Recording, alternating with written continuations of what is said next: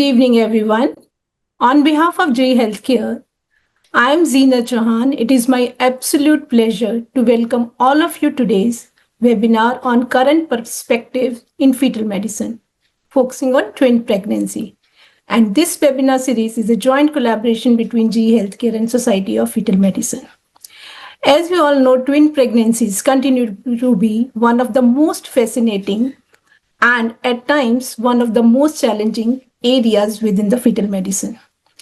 And with rising incidence due to advanced maternal age and the assisted reproductive techniques, the need for accurate diagnosis and vigilant monitoring has increased.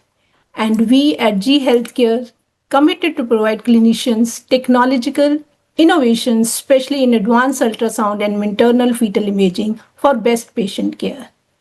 With that, I would like to invite Professor Ashok Khurana to set the stage and give the overview of the topic today. Over to you, sir. Thank you, Zenith, and thank you, G, for being our partner for making sure that we spread education in the right time to the right people. It goes without saying that, technically speaking, we have information overload. There is no doubt about that. The point is that for the sake of our patients, we have to cope intelligently with this overload. And for that, we have to be aware of the advances that are taking place.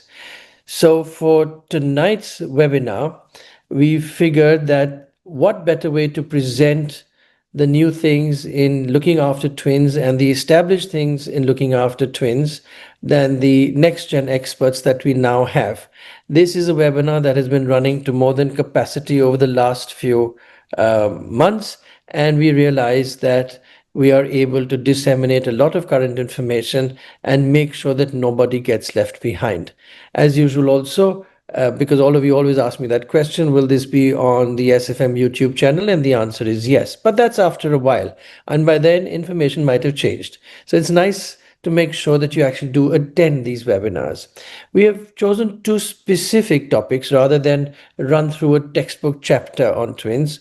And the first one is the complications in monochorionic twin pregnancies, because that awareness is extremely important. When we make a diagnosis of a monochorionic pregnancy, of course, our antenna are up. But when is it time to refer, and what should we be seeing before we do that? Or can we handle this without a referral, is what we're going to hear Dr. Anubhuti Rana tell us. And I'm so looking forward to her talk. And, so she's going to take you from diagnosis to treatment to options. The second talk we're going to emphasize on is the genetic testing in twin pregnancies. There's a lot happening. There's a lot of misinformation happening. And there's a lot of garbage on Instagram, if I may say so, that has been misguiding our patients a lot. And we thought it was high time that we heard from a geneticist. And so we will have Dr. Deepanjana telling us on what to use, what not to use, what to change and why to change, and how to change. And so it's going to be a very hectic evening. So we decided that we will not have a third speaker tonight, so that we allow our speakers to do justice to their topics and bring us up to date. So over now to Dr. Alok Varshni for the speaker introductions. So good evening, everybody, and welcome everybody to today's Next Gen Expert webinar. And the topic today is twin pregnancy. We have fabulous speakers today, and we also have a fabulous expert with us today, Dr. K. Aparna Sharma.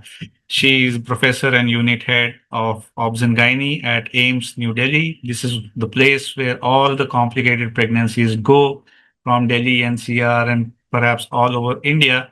And she is the one who takes care of all these pregnancies along with Anubhuti.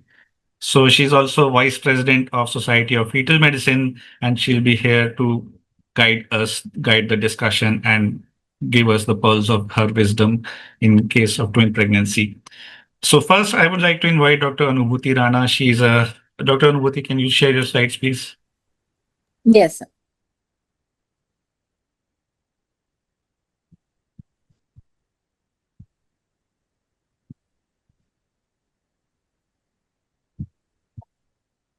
So Dr. Anubhuti is in the Department of Obs and Gynae at AIIMS as an associate professor.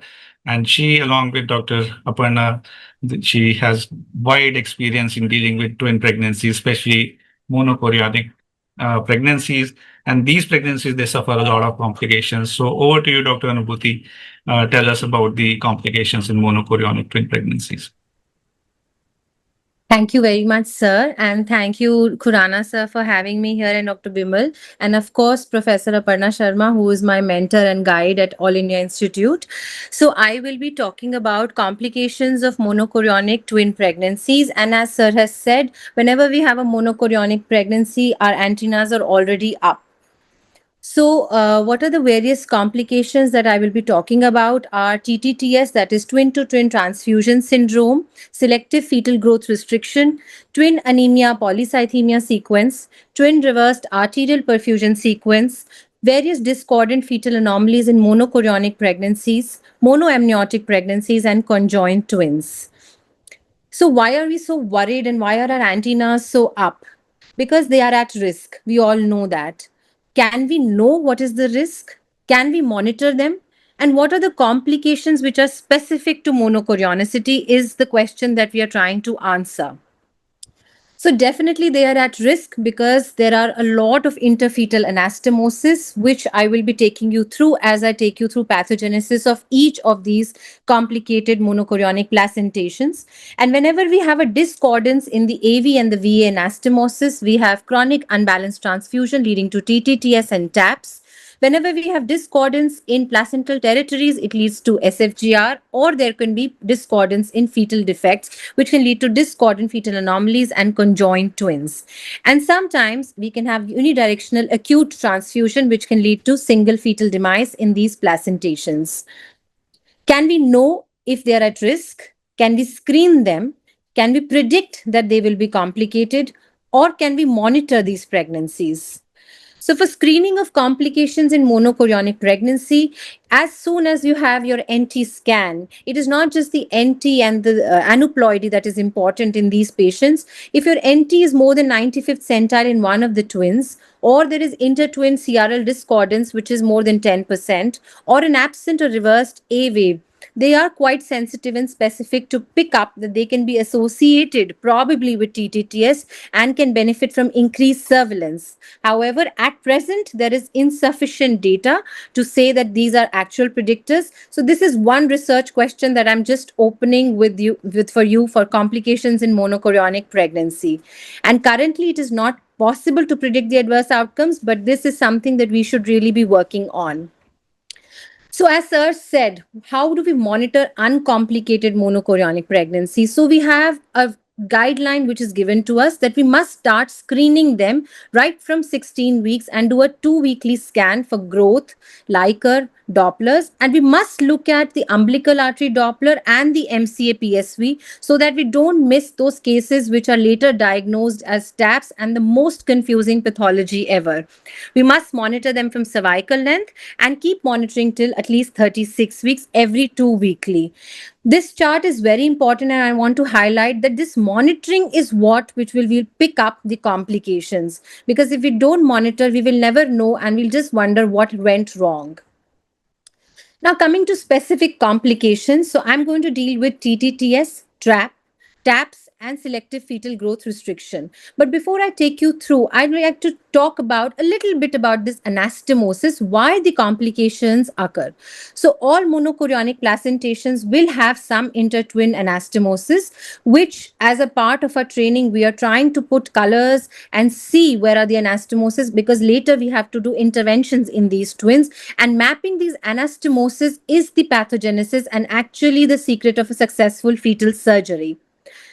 So the anastomosis can be various based on the type or direction, the number, the size, and the location. So let's look at what are the types of direction. It can be unidirectional, that is an arteriovenous anastomosis or a veno-arterial, and it can be bidirectional, that is an AA or a VV anastomosis. When you have a unidirectional AV anastomosis, they're normal.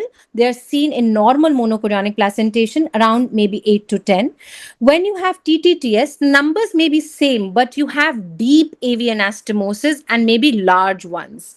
And when you have the pathology, which is TAPS, then you have small, thin peripheral AV anastomosis, which leads to TAPS. And these bidirectional AA anastomosis are actually protective. That is why the uncomplicated monochorionic twins have almost 80 to 90% AA anastomosis. In TTTS, this is reduced, and in TAPS also, this is reduced. So now let's start with one case at a time. So TTTS, we all know, is the most common referral that we get as a tertiary referral center, and they are almost as high as 10 to 15% of monochorionic dimenotic pregnancies.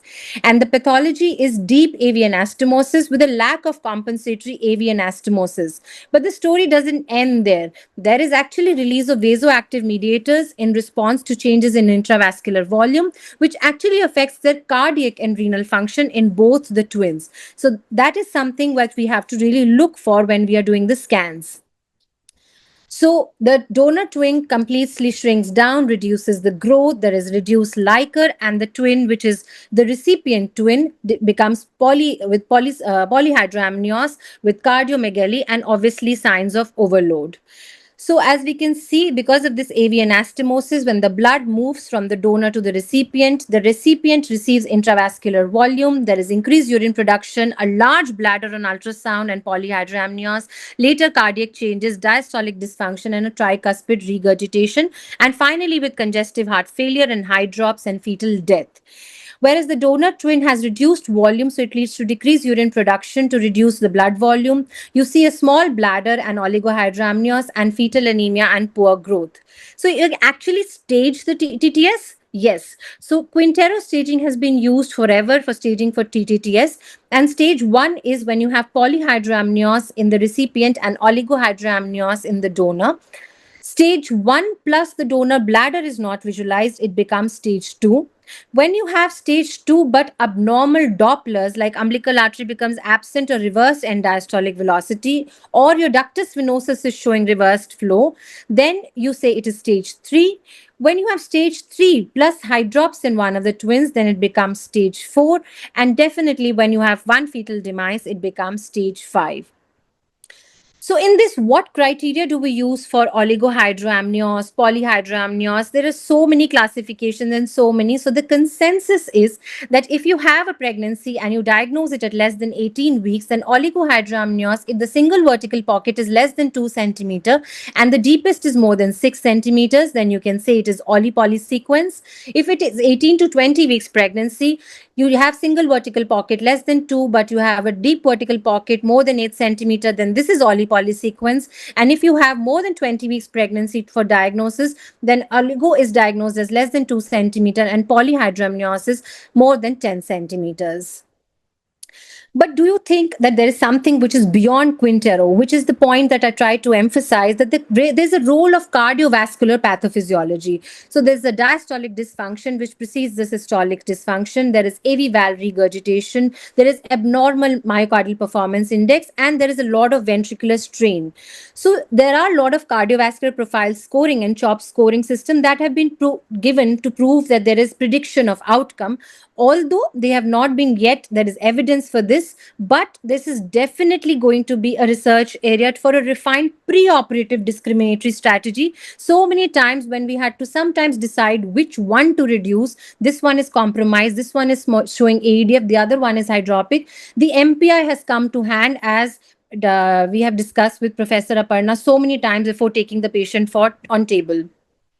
So I'll take you through stage-based management. So this was a case of TTTS stage 1 referred at 19 weeks. We can see there was a polyhydramnios and a completely stuck twin on the other side with oligohydramnios. There was bladder seen in the recipient twin, and the bladder was also seen in the donor twin, and the Dopplers were normal. The discordancy between the two were 13%. So this made a diagnosis of stage 1.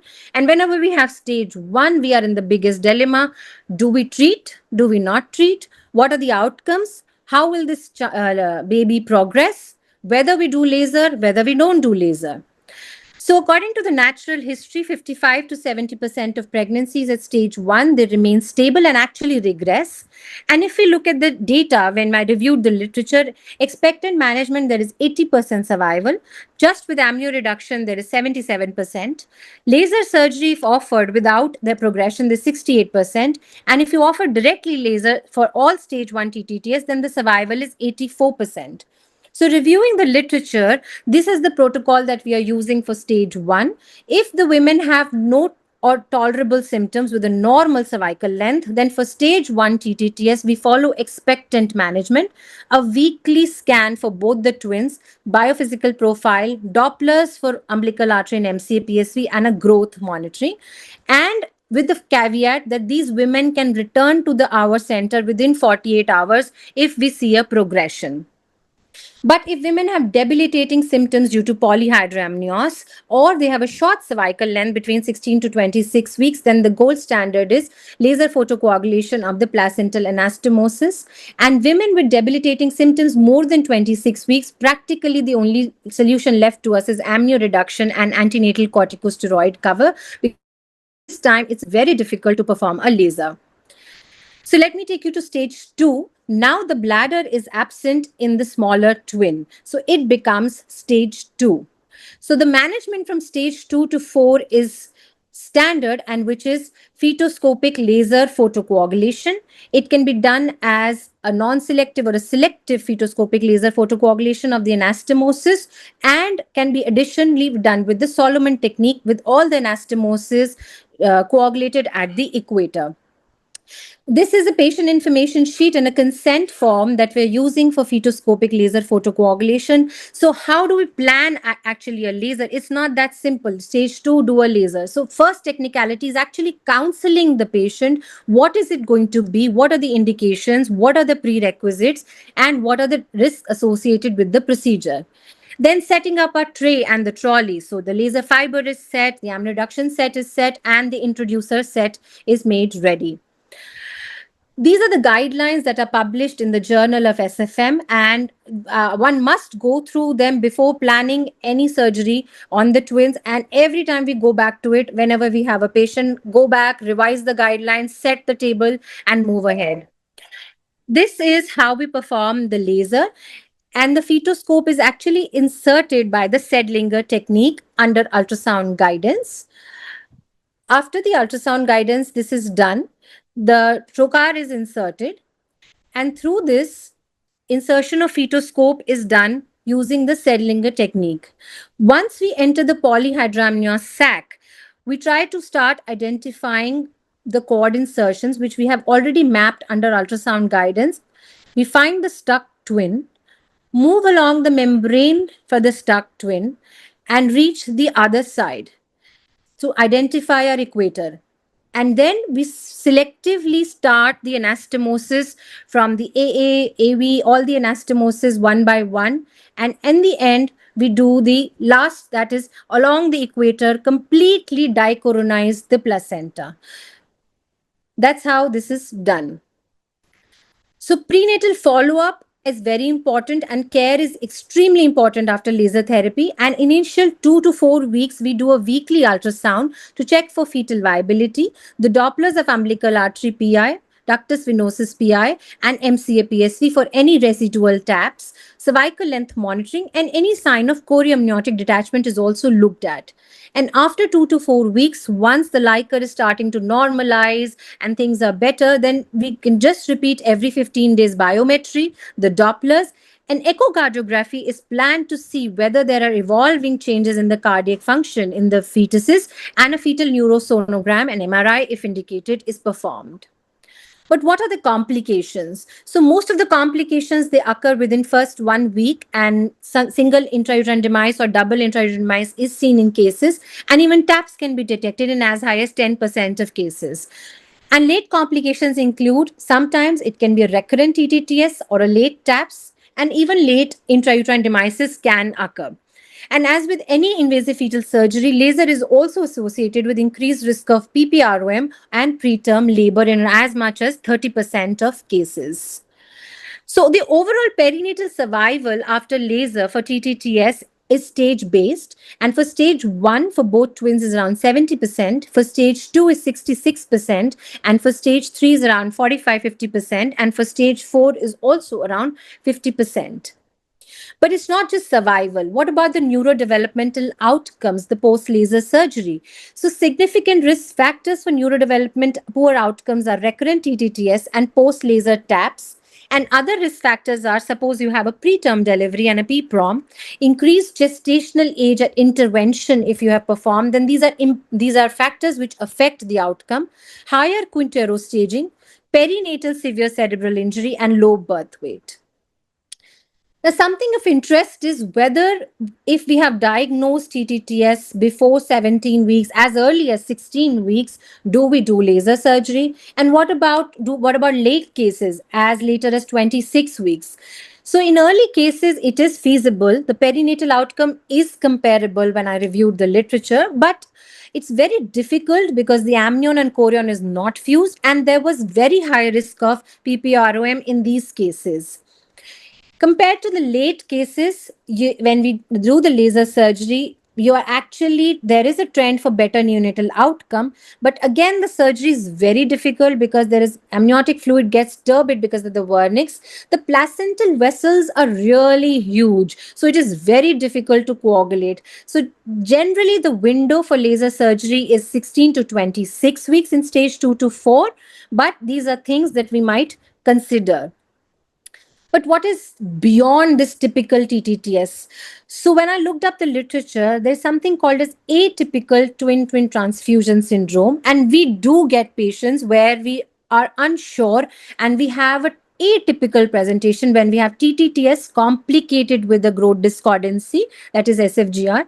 TTTS with cardiac compromise has completely skipped the Quintero stage without any notable amniotic fluid discordance. TTTS with concomitant preoperative TAPS, it's a spontaneous TAPS. It's not related to your laser surgery. And there can be actually monoamniotic twins with TTTS. So whenever we have these patients, they add more dilemma to our management and even further care. Now, coming to selective fetal growth restriction, I'll take you in a case-based manner. So this was a second gravidoc referred at 24 weeks with one twin showing 750 grams. The other is 470 grams with a discordance of 37%. One twin has a Leica of decreased vertical pocket 4 centimeter. The other is less than 2 centimeter. The Doppler is normal for this one and the other one shows intermittent AEDF. So the diagnosis here is quite clear and it is selective fetal growth restriction and not actually TTTS because there is no discordancy in the Leica. But how do we approach these cases when they present first to us? So we look at the amniotic fluid. If it is less than 8 centimeters or more less than 2 centimeters in the donor and the recipient and a discordant urinary bladder, yes, it could be TTTS. But if there is no discrepancy in the Leica, there's Oli, but there's no poly. And on top of it, there could be estimated fetal weight, which is less than the 10th centile with a discordance of more than 25%. Then yes, these cases are SFGR. But just as I said, there could be atypical with both the features overlapping. So always look at the discordance in the weight, the amniotic fluid, the bladder, the ductus venosus, and document this for both the fetuses and then make a diagnosis. It could be both pathophysiologies overlapping.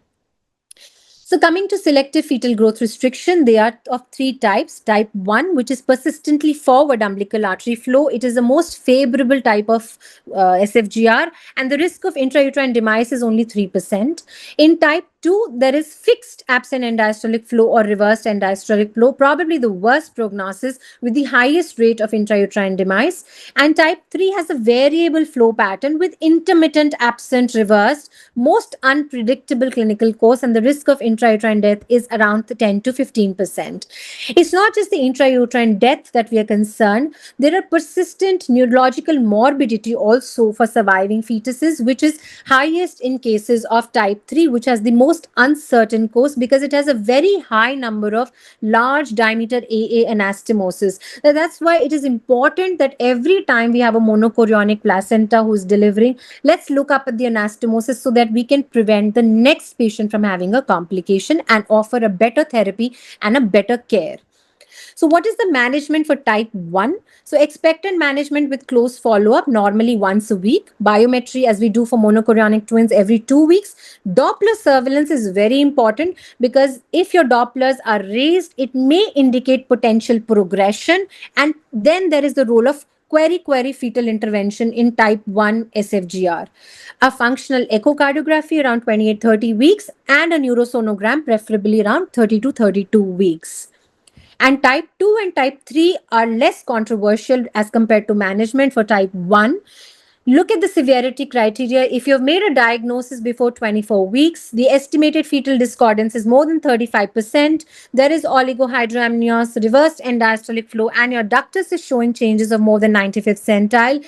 Discuss the options with the patient. This is a candidate you must refer for fetal therapy center for an intervention, because these patients can benefit from cord occlusion with as much as more than 90% survival of the grown fetus. And sometimes we do offer laser also with a slightly reduced survival of the fetuses. However, if they are not candidates for fetal intervention, then when do you time their delivery? So type 1 is something between 34 to 36 weeks based on their Dopplers.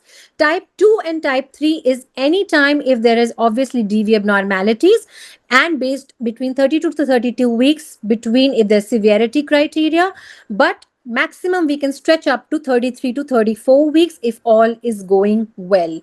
But the game that is the ball that rolls is, how do we monitor the pregnancies? How confident are we with the Dopplers? How confident is the patient with the scanning and coming to us again and again for the Dopplers? So it's very important to prevent an adverse outcome is fetal surveillance. Something again as a thought that I wanted to put, this is the study that is being conducted, that if it's possible to conduct a randomized control trial on expectant management of early onset selective fetal growth restriction monochorionic twin pregnancy. The protocol is published in 2023 in BMJ, and where the question is that if there is a severe and early FGR before viability and delivery is not obviously an option, then what are our options? Expectant, as we are doing, selective termination of the smaller twin, or laser photocoagulation of interconnecting vessels. And we're really looking forward to this trial and what are the outcomes of this trial. Coming to TAPS, the most confusing pathology when it comes to complicated twins is TAPS. They are MCDA twins. There is a chronic discordance in the hemoglobin, and this is often absent in the amniotic fluid abnormalities. So this was a lady who was referred to us as straightforward TTTS. There is polyhydramnios and oligohydramnios. We followed this lady. Intervention was offered. She did not opt for it. At 28 weeks, the MCA-PSV starts to rise, and the other one is normal. We calculate the moms. The one mom is 1.2 and the other is 0.6, and the delta MCA is 0.6. We again go back. Is this TAPS? Did we miss it? Is it spontaneous? How do we define TAPS? Can actually TAPS happen with TTTS? So when we reviewed the literature, TAPS was initially defined as MCV-PSV donor more than 1.5 MOM, and in the recipient, it is less than 1 MOM. But is this enough? Does this hold up? So actually, you need more than this, because your polycythemia and decreased MCA-PSV are not actually validated by evidence, because there are additional variables like fetal growth restriction which can affect your MCA-PSV. So the classification that was proposed in 2018, which stressed emphasis on delta MCA-PSV, that is the difference between the MCA-PSV MOMs for both the twins, that is the major criteria that we are using for TAPS now. And stage 1 is delta MCA-PSV more than 0.5 MOM without signs of fetal compromise. Stage 2 is delta MCA-PSV more than 0.7 MOM without signs of fetal compromise. And any stage 1 or 2 with cardiac compromise becomes stage 3, with hydrops becomes 4, and IUD becomes stage 5. Going beyond MCA-PSV, are there some subtle signs which we can look for? So yes, there are discordant placental echogenicities, as we can see. The anemic twin will have a thicker and echogenic placenta, and the polycythemic twin will definitely have a thin and a hypoechoic placenta. There will be cardiomegaly, which could be noticed, and hepatic congestion with starry sky appearance can also be noticed. Management is the most difficult in TAPS. It depends on gestational age, the severity of the condition, whether it occurred spontaneously or after fetoscopic laser, and the accessibility to vascular equator. So expectant management is generally the dictum. Intrauterine transfusion has been used in the past, and sometimes you're using with the donor twin combined with the fetoscopic laser surgery. But fetoscopic laser surgery is quite difficult in these patients because there is no polyhydramniotic sac, so it's quite difficult to reach the equator and actually ablate the vessels. Perinatal outcomes are usually okay, but around 10 to 20% can have intrauterine fetal demise. Long-term outcome on surviving TAPS is scarce, and we should always look for severe neurodevelopment impairment in these cases, which is as high as 10%.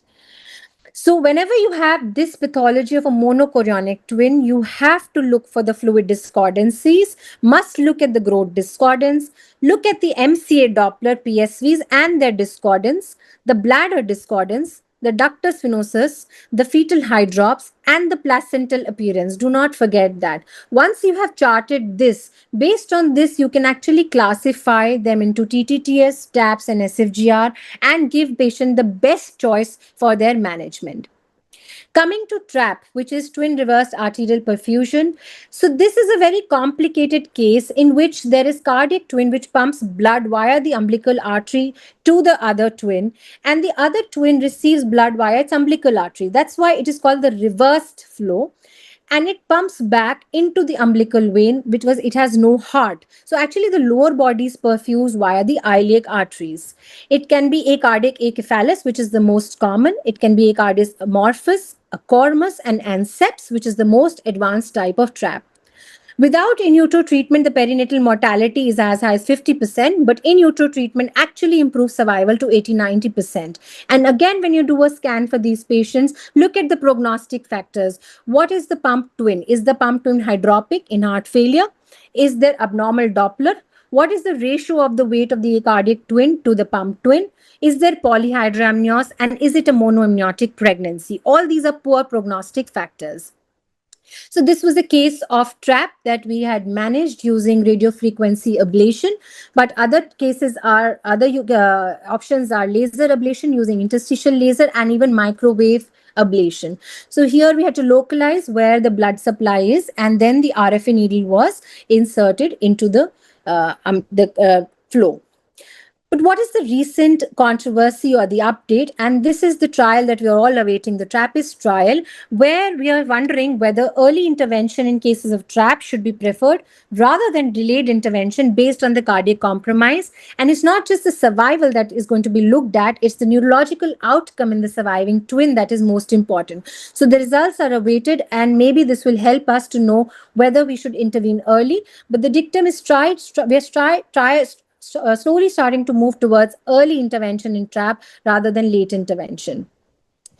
And coming to the last part of monochorionic twins, as Sir said, you have managed the pregnancy, done the surveillance. When do you actually refer them for reduction to a fetal therapy center? So if there's severe TTTS, one twin is almost non-viable, completely hydropic, completely anterior placenta, not amenable for laser, selective fetal growth restriction, TRAP, and major anomalies, then refer them for fetal reduction.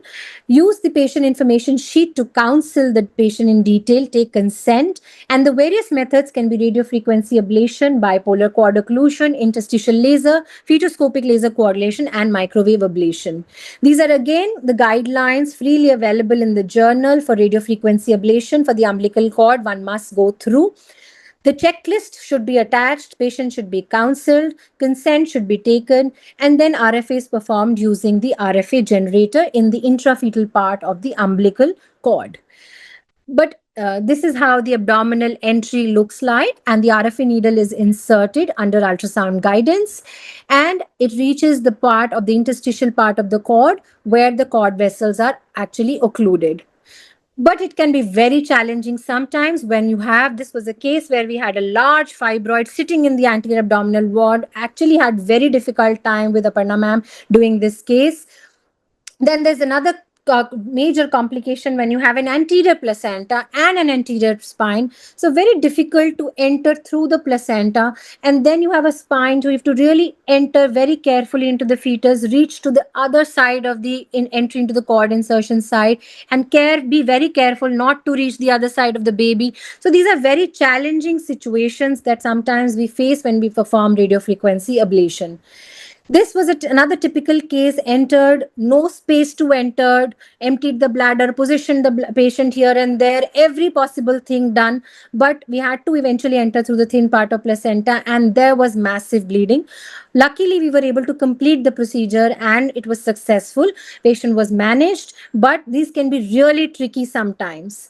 And then, wiser next time, put the patient again in another form of the table, filled the bladder, emptied the bladder, changed the position, entered through, avoiding the placenta, some lateral part of the uterine wall, somehow managed to reach the fetus, but slowly, this procedure was also done and was successful. Another challenging situation when you have a stage 4 and you have a high drops, we had to drain the hydropic fluid, drain the ascitic fluid, still managed to do RFA, but it failed. So sometimes we might have to resort to even bipolar cord coagulation in these cases. And this was then successfully managed at a second sitting with the bipolar cord coagulation. Patient is still doing well and has not fortunately landed up in any kind of complications. So these can be very challenging, all these pregnancies. Now, the question is which method to use, RFA or bipolar? So it all depends on gestational age, how comfortable you are with the method. Is the sac actually very severely oligohydramnios? How thick is the cord? Edematous cord in a hydropic fetus, and it depends on the preference of the surgeon and the availability. There are guidelines again available in the journal one must go through about bipolar cord coagulation. And the other techniques also, like interstitial laser is available freely on the internet, and microwave ablation, which we have started doing. Interstitial ablation is usually done before 16 weeks because it is not possible after that due to the bigger size of the vessels, and you can have actually incomplete coagulation, which can lead to residual problems. And this is our experience of perinatal outcome after radiofrequency ablation for all these reductions in complicated pregnancies. We've had so far 100 pregnancies. Our live birth rate is 85% and discharge is around 80%. PPROM occurred in only 20% of the cases. 15% had fetal death, mainly in TTTS, and cerebral injury was detected in MRI, although there were no long-term neurological outcomes so far in our patients. Thank you very much, and I'd like to thank Professor Aparna, Professor Vatsala ma'am, and MFM team at AIIMS New Delhi for all this support. Thank you, Dr. Anubhuti, for this wonderful, crisp, and highly engaging presentation. The real value was you sharing your first-hand experience about how to manage these complicated pregnancies, and this is not something most of us have in the rest of the country. Dr. Aparna, your pulse of wisdom regarding management of monochorionic twin pregnancies, the complications, and what's your take on managing stage 1 TTTS more aggressively than it is usually done? Yeah. So very good evening to all of you, and thank you, Anubhuti, for that presentation. And I feel that there are a few things. I think Anubhuti has covered everything very nicely. I would just say that, monochorionic pregnancy is always a challenge. Any number of cases that we do, the next case would be a next challenge. So importantly, when you talk about TTTS, what we really need to understand it that it's a very complicated pathophysiology. Even if it looks like a simple stage 2 TTTS, how much is actually the cardiac affection, we don't know. So even if we are very happily sitting on a successfully done process, successfully done procedure, the outcomes are very variable. So we need to understand that part. As regards why I'm saying this is that it's very good to say that we are doing so many procedures and so many good outcomes are there, but at the same time, whenever people are referring us the TTTS cases, it's important to understand that the outcomes can be variable, and it also depends on what is the polyhydramnios, what is the cervical length, what is the cardiac affection at that point in time. So yes, all of these factors do come into account. Regarding the stage 1 TTTS, we are very clear about the management protocol in that sense, because from whatever we have a little bit of an experience, we feel that at our stage, we don't unnecessarily intervene. Because what we have seen is that, a number of cases do not progress. So don't push it. I mean, that's our mantra. We feel that, if you have already a shortened cervix, massive polyhydramnios, a patient is having difficulty in breathing, definitely I'll do it. You can't have a multiple amniocentesis, amnio reduction being done. But if the patient is sitting on a stage 1 TTTS, which is, controlled, I will not push it. I'm very, very clear on it. And the same actually goes for SFGR. And trust me, there are actually, it's very easy to say that, atypical can be atypical, but I think that's more typical than atypical. Amazing the number of cases of TTTS and SFGR that come together. So it complicates the pathophysiology even more. And definitely in a stage 1 SFGR, when the baby is going on with a good Doppler, I will not intervene. But then that becomes very tricky because, you are sitting on a stage 1 FGR, two babies, one of which is having a borderline blood flow, which might end at say 30 weeks, and that would lead to the delivery of the other one, also a preterm delivery. While if you intervene early, you might have one baby, but you will take that to term. So it's a very big decision that you have to take along with the parents, and that's what we do. Ultimately, it is the team effort and also the team discussion that it's done together, and whatever is the choice of the parent. So we've had enough number of both cases where people have chosen intervention versus they said no, don't do anything, we'll see. So that's something that we have to think about. The third thing also regarding trap again, so early versus late.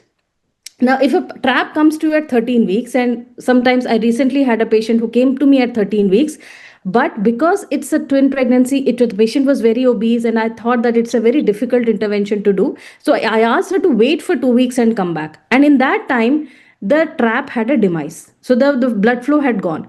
Now, how do you explain it to the patient that I did not do an intervention, but this is the controversy around it, that do we intervene or do we wait? So stage 1 TTTS, stage 1 SFGR, and early trap. All of them are, I would say, some of the enthusiasts of fetal therapy would intervene for everybody. But at the same time, I think it's more of, sitting back, thinking, and being prudent about it is something. But yes, if it's an accessible and trap is, I can access it, I would like to do an interstitial laser in trap. And I'm sure with evolving evidence, we will have more of answers to this. But I'll just add to saying that the moment you have a diagnosis of a monochorionic twin, it's always good to have a fetal therapist or fetal medicine people on your consult, because you don't know when you will need that intervention. So I think that's what I would like to add, and I'm happy to take more questions. Thank you, Dr. Aparna, for these very, very wise comments and regarding the masterly inactivity that has to be practiced when we are dealing with early complications of monochorionic twin pregnancies, because sometimes intervention is also going to have a lot of complications. So there are going to be questions, but we will take them at the end of the program, and we are going to take a short break and for 5 minutes, and then we will reconvene and learn about the genetics in twin pregnancies. Thank you.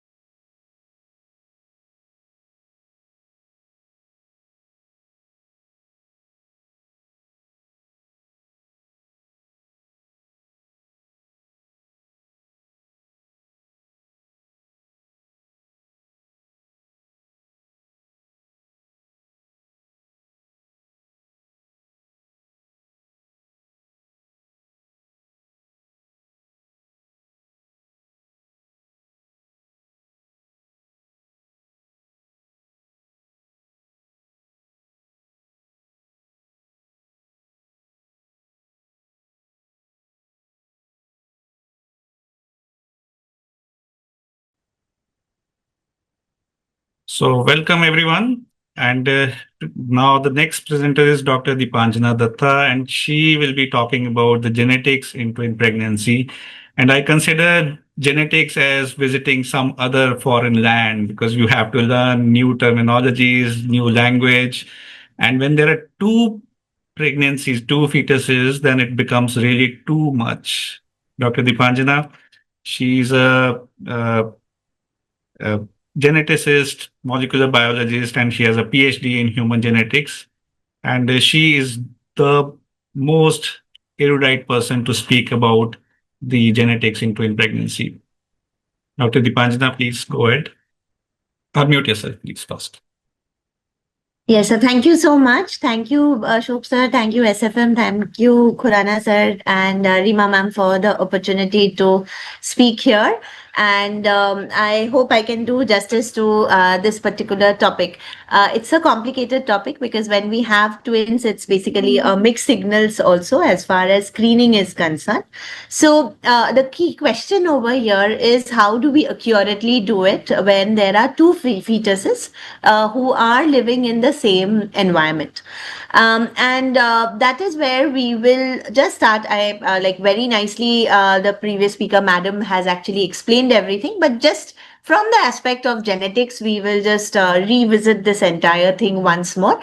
So when we are talking about dizygotic twins, so obviously it's like two pregnancies. So zygote, like two, like there are separate eggs, separate sperms fusing, and hence it is like two independent pregnancies, but probably at the same time. But when we are talking about a monozygotic twin, then it's basically single egg and single sperm, but they might be split into two, and the timing of the split becomes very important. So depending on whether it's on the days 1 to 3, the cleavage occurs, like it can be dichorionic, diamniotic, or from day 4 to 8, it can be monochorionic or diamniotic, monochorionic diamniotic, or it can be the cleavage at the implanted blastocyst, or it can also, which can lead to a MCMA, or it can actually be where the embryonic disc is not separate and it leads to the conjoined twins.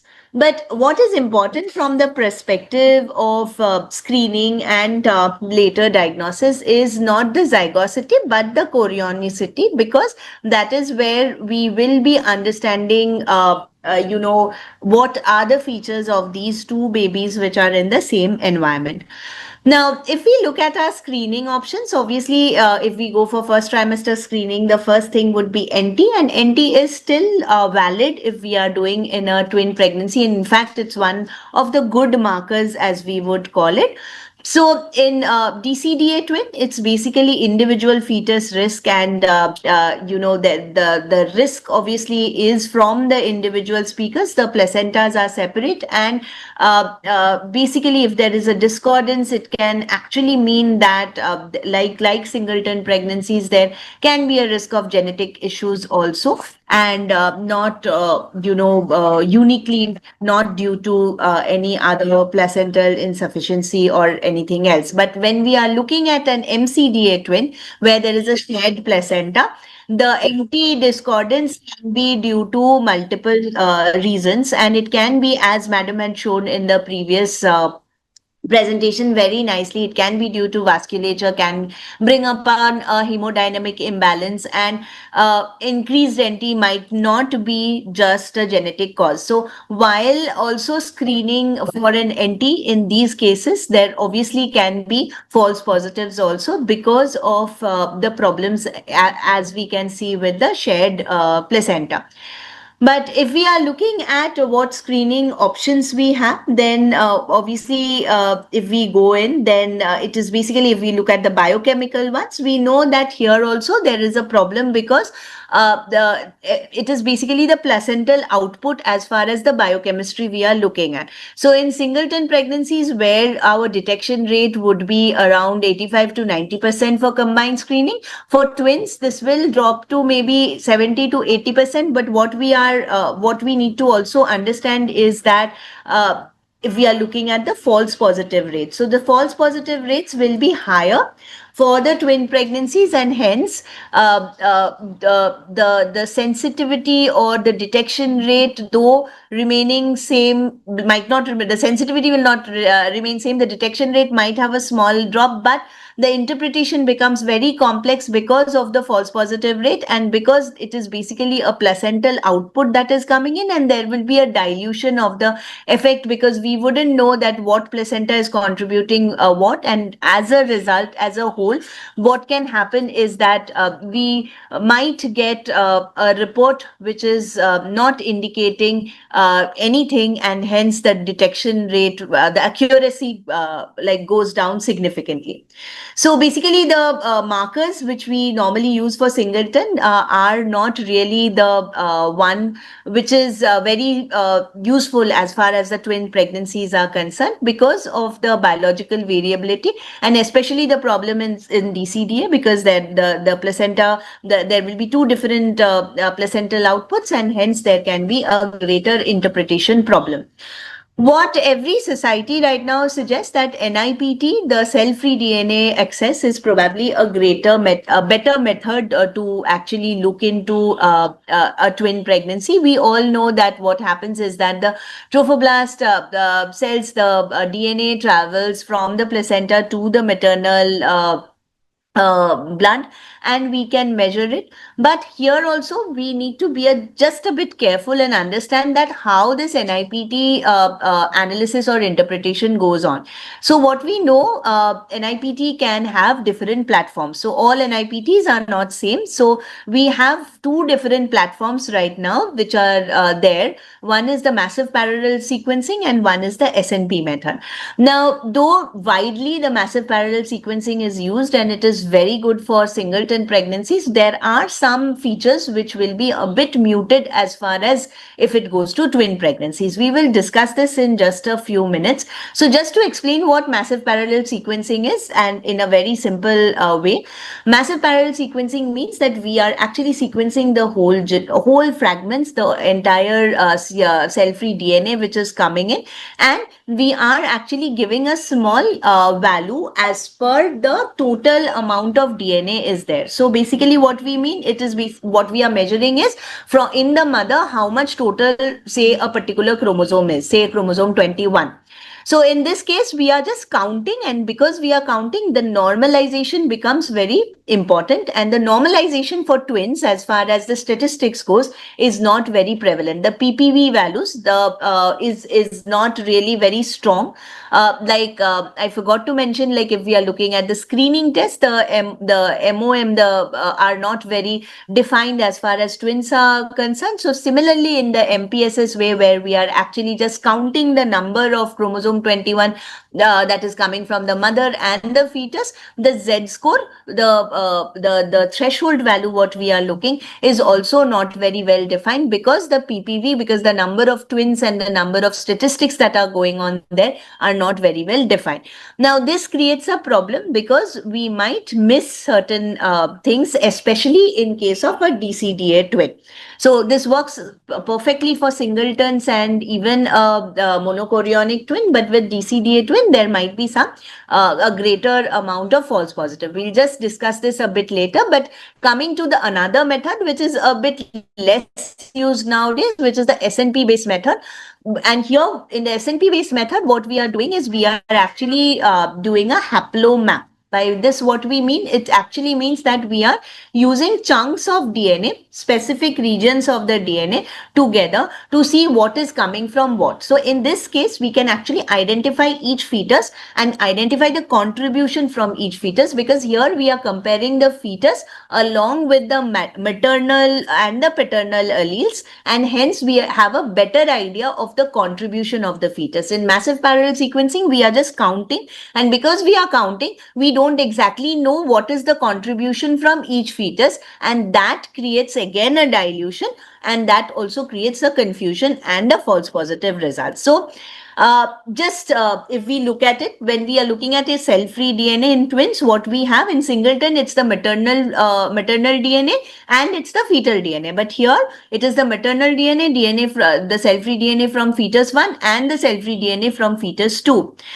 Now, if we are looking at this, then what happens, like just for an example, if I say that, say, maternal DNA is 90%, the normal fetus is contributing 6%, and the fetus which is abnormal is contributing 4%. Now, in this case, the total would be, the fetal fraction would actually be 4 plus 6, which is 10.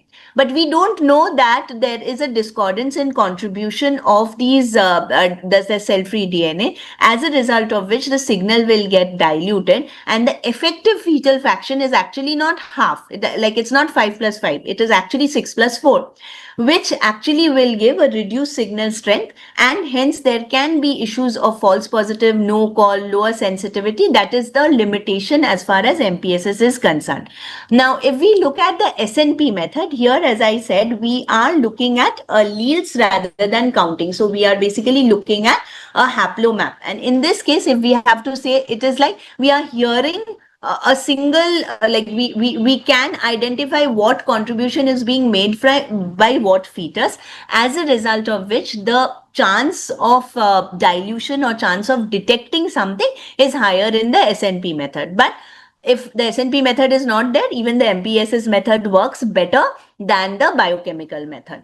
Now, if we can have an example or a case scenario of what I said. So this is a 32-year-old a woman who has who's presented like at 13 plus 2 weeks, and has presented for aneuploidy screening. The early ultrasound findings at 7 weeks indicated it's a DCDA, but the follow-up scan at 11 weeks showed that there was one fetus and the other had no cardiac activity. Now, they still went ahead for an NIPT, and now this is where the problem lies, because in this case, even the vanishing twin will also contribute to the fetal fraction. Now, the fetal fraction over here is 9%. And because it's a counting method and the Z-score is actually a pooled Z-score from the two fetal fractions, what I get is basically a high risk. But is this actually a high risk? The answer would be no. This is not actually a high risk, because we are getting a pooled one, and with the vanishing fetus not being there, the other fetus having a demise, that DNA is also contributed, which gives which increases the Z-score to a false alarm. Now, this is something which actually, if we are doing an MPSS method, can be a limitation, though we have to, in this case, go into the invasive methods and check, etc. But we also need to realize that how long this fetal fraction of a vanishing twin will be there in the system is also very important. We normally say it is 4 to 6 weeks, and if we can do it, repeat it after 4 to 6 weeks, and if we see no ultrasound problems, then we can actually discuss with the patients also. But obviously, for confirmation, we always have to go for an invasive in case there are indications to do so. So one of the most complicated things for NIPT, like where NIPT will not work properly, would be the vanishing twins, or would be where these kind of complications come into play. So if we can just go through the two methods, like NIPT is obviously better than what we are the screening test, because the false positive is low. But among the NIPT, if I have to choose the platform, as you can see on your screen, the SNP based method is better, because for the discordant twins especially, because it's not a counting method and we can understand alleles coming from the specific fetus, it gives us better individual report than just a combined report. And hence, especially in case of vanishing twins or discordant twins, the SNP method works. The false positive rate is lower. Now, if we have to summarize all the screening tests, as I said, you can see over here, the detection rates of the combined screening is about 89%, 90%. But if you look at the false positive rate, it is 5 to 6%, which is much higher than when you are doing a singleton. But if you are doing NIPT-CE, or false positive rate is at the lowest. Second trimester screens are absolutely not really advised, because they are very variable, again, because of the placental output. NT, of course, works works, but we also have to understand that NT comes with its own challenges, and NT can, because of the anatomical features, the vasculature, etc., there can be false positive rays in the NT as well.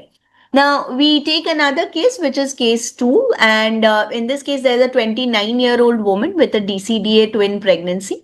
And they were just referred for anomaly scan at 19 plus 2 weeks. And when the scan was done, what we can see over here is that the twin A was structurally normal with appropriate growth. And twin B had increased nuchal fold with 8.5 millimeter, cystic hygroma, mild pleural effusion, possible congenital heart defect, but we it was suspected for pulmonary stenosis.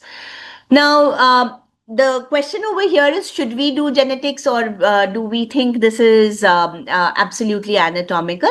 And these need to be counseled. So the fetal medicine specialists need to discuss this. If indicated, involve a geneticist, and if indicated, go for further testing. Here, family history, consanguinity also helps. But then, in such cases, so because you can see that in this case, because we were also looking at a cardiac effect, and obviously one fetus was not affected and one fetus was affected, here we went for a genetic testing. So in the twin A, it was normal. We had a normal CMA and all the reports were normal. We didn't really need to test twin A, but they were we still tested just to have a baseline and to avoid mislabeling. And twin B was tested, where what we saw was that the CMA was normal. But when we did an exome sequencing, we did get a pathogenic variant in the PTPN11 gene, which indicated a rasopathy. Now, because they are DCDA, here, as you can see, that one fetus is affected and the other fetus is not affected, and here we can counsel them if at all for a reduction, and further, and this would be a de novo mutation, so mostly the other fetus wouldn't be affected, and we can counsel them accordingly and take this forward. So in the second case, we actually have an MCDA twin. Now, in this MCDA twin, there is growth discordance. Like if we look at the ultrasound findings, there is normal growth about 58th percentile for the twin 1. But in the twin 2, we have selective FGR with the percentile being lesser than 5th percentile. And there is absent end diastolic flow in the umbilical artery. And this fetus also had oligohydramnios. Now, if we are looking at it, as again Madam had explained in the last just the previous talk, we are not looking at any poly situation. Here the twin 1 is absolutely normal, and the twin 2 is actually showing an oligohydramnios with a FGR. And in this case, because there is no TTTS criteria, again we have to think of what strategies we can have. Now, as we said in the previous case, that there was a fetal congenital abnormality, and DCDA twins are almost like two different pregnancies. So in that, the risk, if we are looking at the growth risk or the congenital abnormality risk, the chances of having a genetic potential or a genetic yield is much more. In this case, the genetic potential, the genetic yield potential is much less, because we are probably looking at more of an anatomical feature than anything else. So in this case, a routine genetic cause is unlikely, and even we would discuss it with the patients, but obviously here, if we can make a diagnosis through the ultrasound, that also works, and we can just observe the fetuses. And in this case, the final diagnosis was that the MCDA twins had a type 2 selective FGR, and it was basically because of placental insufficiency. So in such cases, obviously the genetic yield would be much lower. Now, again, if we have to just understand sort of think when we are looking at such cases. So a DCDA discordant anomaly will have separate placenta, hence the genetic yield, the chances of a genetic potential would be more. And if we are looking at testing, we might want to test both the twins, because we don't know if some features can come later on later on in the gestation. So it's better to test the two twins. The yield of single gene disorders, if we test, would be more like in single pregnancies when we are seeing a congenital abnormality. But in MCDA, this gets a bit more complicated because of shared placenta. Often the genetic potential or the genetic yield of testing would be quite low. It would be something to do with the vasculature or the placenta, and maybe we only target the affected twin as far as the monitoring is concerned. And in most of the cases, the chance that even if you do genetic something coming out would be, the yield would be relatively much lower. Now, this is a case which actually came to our clinic like in the past few days, and hence we thought we'll present it because it's kind of a complicated case with all the discussions we had, and it is open for discussion also. So this particular family came and they were married for 2 years. They already had 3 recurrent pregnancy losses, and one of the pregnancy losses were one of them were a triploidy, and their history suggested some syndromic like their family history had some syndromic etiology. So they didn't want to take chances for their next pregnancies, and we did all the RPL workup. Because of the family history, they did a carrier screening, and in the carrier screening they found that the mother was basically a carrier of an X-linked condition, which was a particular condition linked associated with the OCRL gene. Now, in the current pregnancy, they opted for an IVF, and they opted for an IVF PGTA, and they had a DCDA twin pregnancy. When they had a DCDA twin pregnancy, they underwent a prenatal genetic testing. Now, instead of going for a Sanger sequencing, they didn't come to us at this point. In the previous place where they did their prenatal testing, they actually had done a whole exome sequencing for both the fetuses. Now, the fetus B had no reportable variants, but the fetus A actually showed a heterozygous likely pathogenic variant in the KDM3B gene. Now, they came to us at this point, and when we looked back and tested for the KDM3B variant, it was not present in both the couple, and it was a de novo variant, and this was an established variant which was reported in many fetuses. Now, here the reason why I said this was complicated was, see, if we would have done a targeted testing just for the OCRL gene in this case, then we might not have got this mutation at all. And now this mutation is there, and this particular gene does not really have any prenatal like phenotype, apart from the fact that there can be an IUGR, and we were already at 25 weeks when they came to us. Now, the first thing we decided was to scan them and see what we can see. So now you can see the fetus A actually had a IUGR that was going on.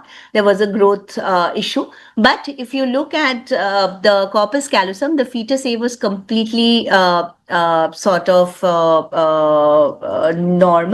but the fetus B developed the short corpus callosum. So I think I said it correctly. So fetus B developed a short corpus callosum, and fetus A had a completely normal corpus callosum. But if we look at the genetics, what we got was absolutely the opposite. Like, we got a mutation in the fetus A, which growth restriction, while in the fetus B, there was no mutation.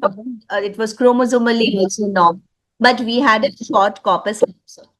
Now, the entire idea was, sorry about that. The entire idea was that the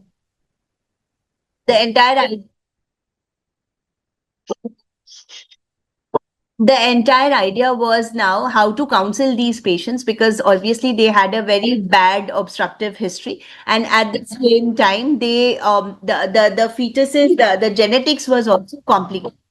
So we had to counsel them about the short corpus callosum not having a very bad outcome, but like they were saying that, can you guarantee that there will be no problem? But obviously that is something that no one can guarantee. And we said no, there can be a mild to moderate neurodevelopmental issues. As far as the other fetus concerned with the genetic mutation, we know that these were associated with phenotypes like autism. So the couple is still deciding. They have still not decided what to do further. But I decided that this is a good case to discuss over here. So that is why I presented the case. But in most of the cases, mostly probably the couple will decide against these two fetuses. So with that, I sort of just wanted to highlight the complications of twin pregnancies, and even after doing everything, like how we end up having no answers. And so I would like end my talk, and just to say that I am a mother of two MCDA twins, and I have a singleton also. So now they are all grown up and they are teenagers. But every time we discuss MCDA, I was evaluated out of India, and I remember how scared my doctors were, and how scary the entire situation was. So yes, so that is what with I will end my talk. Thank you. Thank you, Dr. Dipanjana, for a beautiful, insightful, and very, very crisp talk on fetal, on the genetics in twin pregnancy. Purana sir, how are the presentations? And Dr. Aparna, are you there? Yeah, Aparna. Yeah. I'm here. Of course. Yes. So, Dr. Aparna, you must be dealing with all these questions about genetics in twin pregnancies daily. What's your take on, and what's your pulse of wisdom on genetics? No. So I think I can only speak from the experiences that we have for genetic testing. And I'm sure we have shared a lot of cases, me and Dr. Khurana, the complications of it. And I would say that, testing in twin pregnancies. So sometimes I'll just start with some of the basic things, because a few things that I want to add is that we need to understand the difference between an invasive testing in a singleton and an invasive testing in twin pregnancy. The risk is, actually 10 times. So sometimes we just get some patients who are coming in and saying that, you have just some mild pylectasis and I want to do an amniocentesis. So we really need to hold back when it's a twin testing. So even if we are doing, say, 1,000 procedures in a year, I will still stop and stay back and say, wait, do we really need it? So I think that is something that we need to think about. It's not as simple as a invasive testing, diagnostic testing in a singleton. The most difficult challenge that comes is when you have a discordant anomaly, and one of them is like, a lethal anomaly, the other one is absolutely normal. How do we go about it? And I think those are the challenges that we face day in and day out.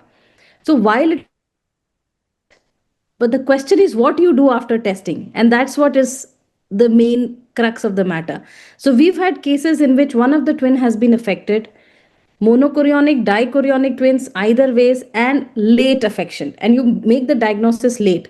So do we do a termination at, say, late termination, which increases the risk of preterm delivery, the risk of affection, or we wait till 32 33 weeks, give a dose of steroid, then do the termination? I mean, we've had all of those situations, and in one of the situations we actually did a medical board for one of the termination in twin pregnancies and did that later, so that we terminate the affected twin around 32 to 34 weeks, so that even if the patient goes into labor, the other one is at least okay. So we've done the DEXA cover. So the twin, actually, the genetic testing is quite challenging, and definitely the decision making is even more challenging. And for the parents, they are actually, tied between what to do with one baby and how you can save the other one. So these are some of the challenges, and I would say that whatever we are doing in twin pregnancy, we must think twice, being twins. But then again, it's a challenging situation, but with a lot of effort and with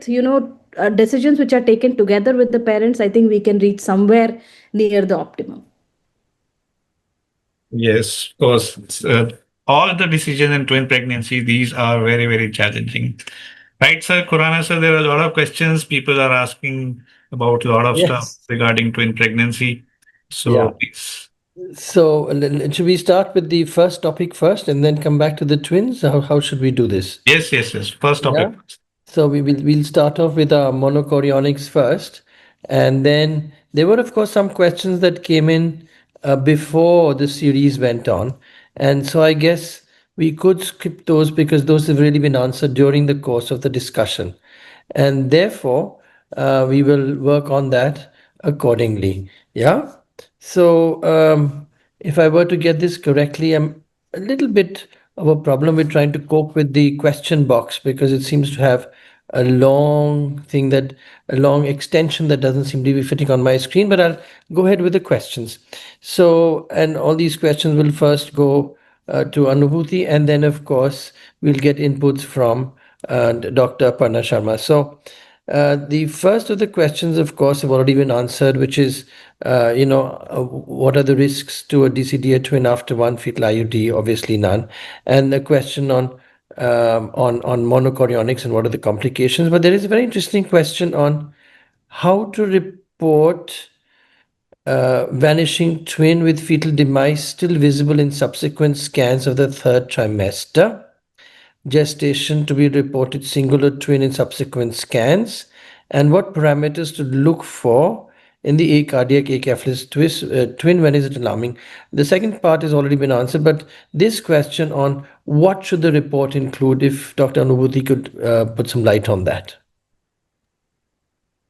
Sir, if it's a vanishing twin, we report it as a single intrauterine fetus with a twin demise, which has occurred, and we measure the length, and we can say it occurred at that time, and we report the parameters of the available twin. And if it is a trap that we are talking about, whenever we have a vanishing or a missed abortion in twins, we really want to see that whether it was actually a trap, and we really follow these pregnancies also.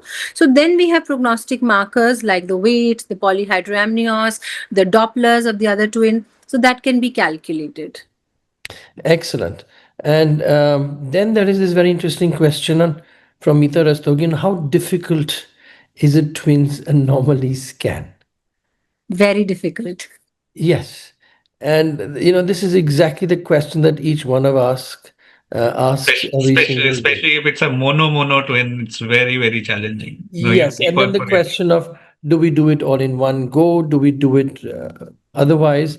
Those of us who have the luxury of time will obviously give 2.5 times the amount of time for a twins anomaly scan. And in private practice, then there is always the consideration on what we should be charging. Some of us do understand that we have to be honest with ourselves, and you can't rush any of these things. And therefore, we must then create a situation where you're not in a rush to do these things. And there is no doubt that a twin anomaly scan is very tricky.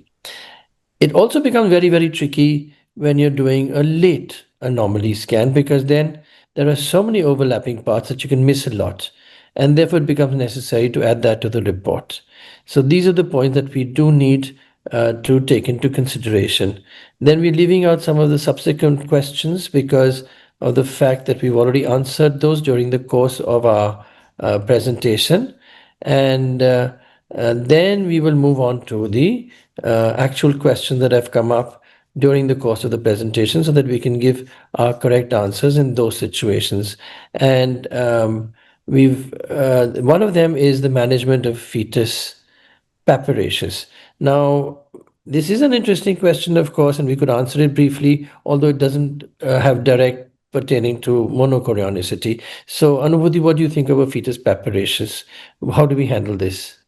So, sir, it depends on, first of all, chorionicity. If it's a dichorionic, we completely leave, do nothing.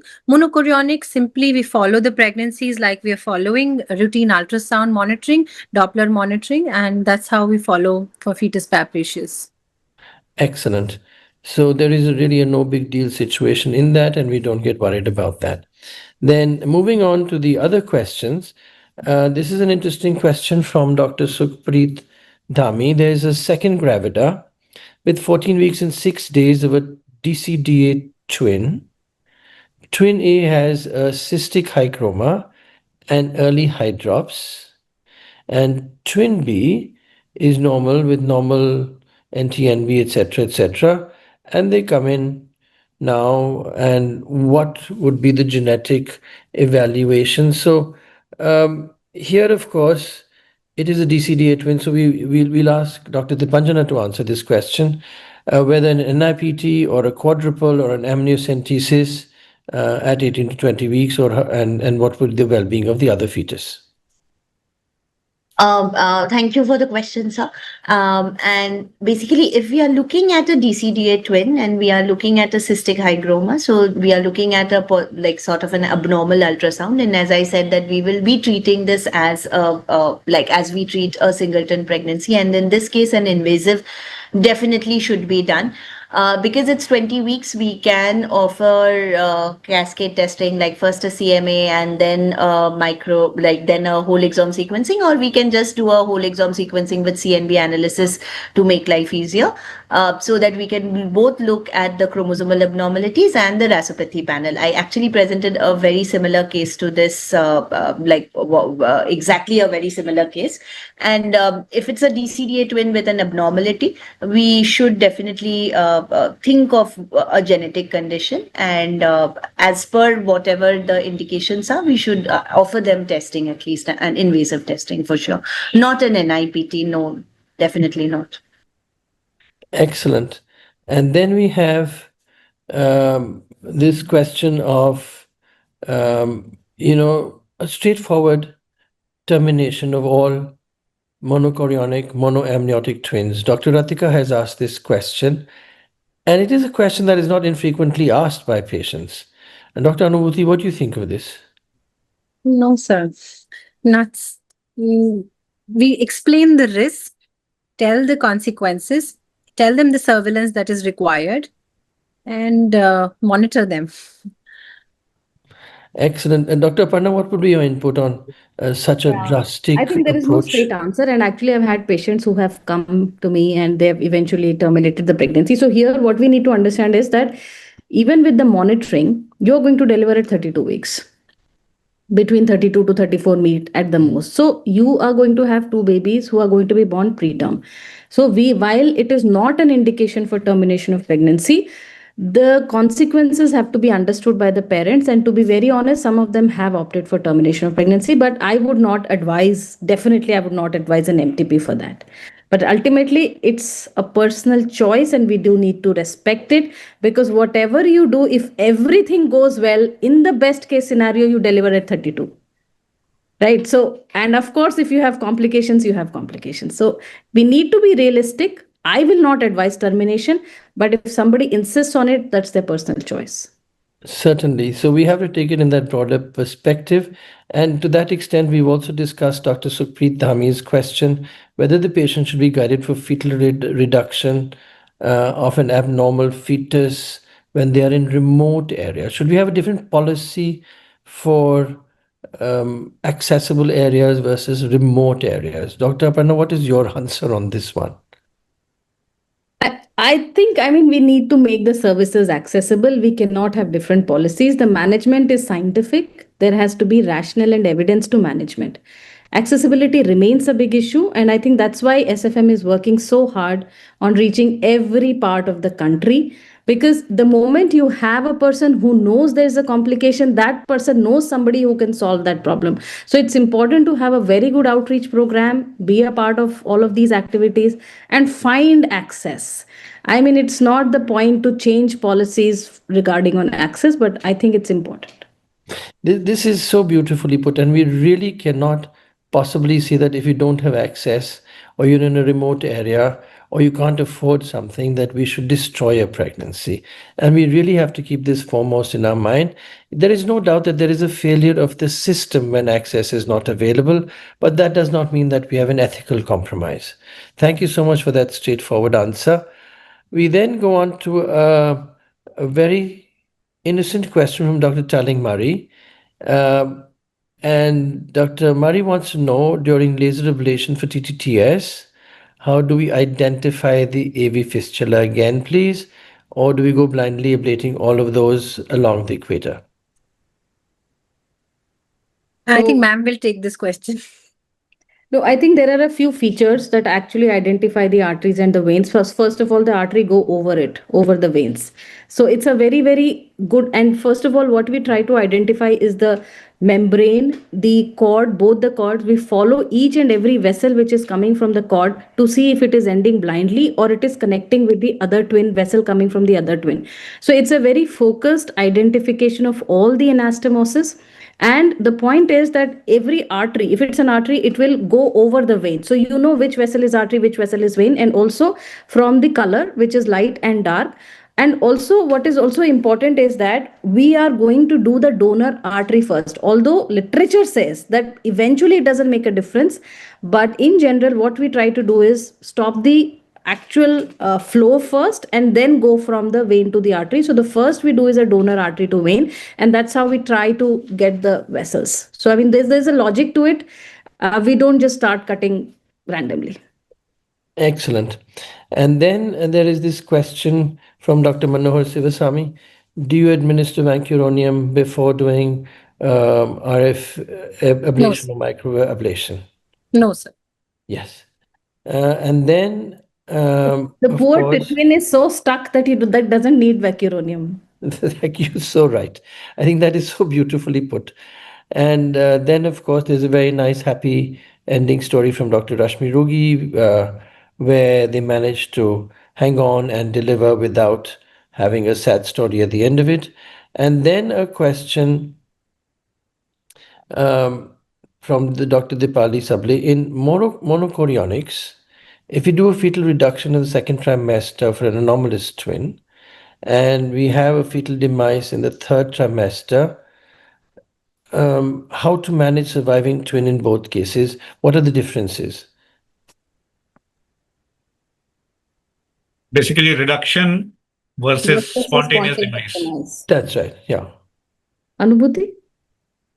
So, sir, according to literature, when you do a reduction versus spontaneous demise, there is a little bit of difference because when you're doing a reduction, you're doing in a controlled setting.